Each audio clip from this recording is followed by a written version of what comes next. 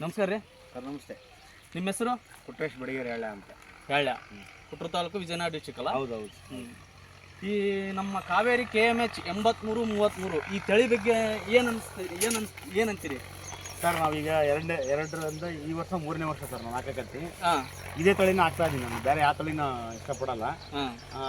ಇದನ್ನ ಟೆಸ್ಟ್ ಮಾಡಕ್ಕಂತಂದೇಳಿ ಬೇರೆ ಒಂದು ತಳಿ ಹಾಕಿದ್ದೆ. 2 ಪ್ಯಾಕೆಟ್ ಬೇರೆ ಹಾಕಿದ್ದೆ. ಬೇರೆ ಕಂಪ್ನಿದು ಬೇರೆ ಕಂಪ್ನಿದು ಹಾಕಿದ್ದೀನಿ.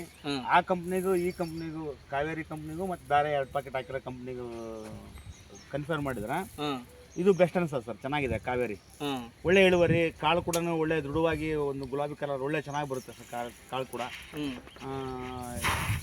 ಮಾರ್ಕೆಟಿಗೆ ಕೂಡ ಒಳ್ಳೆ ವ್ಯಾಲ್ಯೂಬಲ್ ಸರ್. ಇದು ಎಲ್ಲದಕ್ಕಿಂತ ಒಂದು 10 ರೂಪಾಯಿ 20 ರೂಪಾಯಿ ಜಂಪ್ ಆಗುತ್ತೆ ಸರ್ ರೇಟ್. ಈ ಕಲರ್ ನೋಡಿ.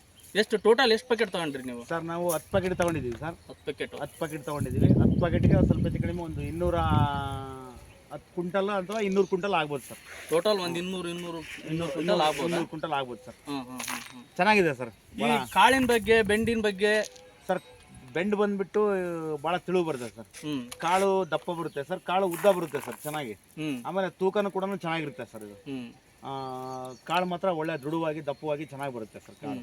ಇಲ್ಲಿ ಈಗ ಜಿನ್ ಮಾಡ್ಸಕ್ ಬಂದಿರಲ್ಲ ಬೇರೆ ರೈತರುಗಳೆಲ್ಲ ಏನಂತಾರೆ ಇದನ್ನ ನೋಡಿ? ಸರ್, ಇವ್ರು ಜಿನ್ ಮಾಡ್ಸಕ್ ಬಂದಿರೋದು ಕಾಳು ಭಾಳ ಚೆನ್ನಾಗಿದೆ.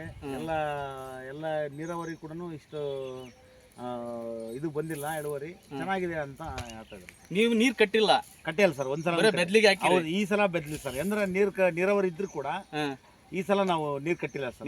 ನೀರು ಕಟ್ಟಿಲ್ಲ ಸರ್, ಬರೀ ಬೆದ್ಲಿಗೆ ಹಾಕಿ. ಹೌದೌದು. ಈಗ ಒಂದು 10 ಪ್ಯಾಕೆಟ್ ಬೆದ್ಲಿಗೆ ಸರ್. ಎರಿ ಭೂಮಿ ಅಲ್ಲ ಸರ್? ಎರಿ ಭೂಮಿ ಒಂದು 4 ಎಕರೆ, ಮಸಾರಿ ಒಂದು 2 ಎಕರೆ ಐತೆ. ಒಂದು 6 ಎಕರೆ ಹಾಕಿದ್ದೀನಿ ಸರ್. ಆಯ್ತು ಕೊಟ್ಟೇಶಣ್ಣ, ನಮಸ್ಕಾರ ಸರ್. ನಮಸ್ತೆ ಸರ್. ಧನ್ಯವಾದಗಳು ನಿಮ್ಗೆ. Thank you sir.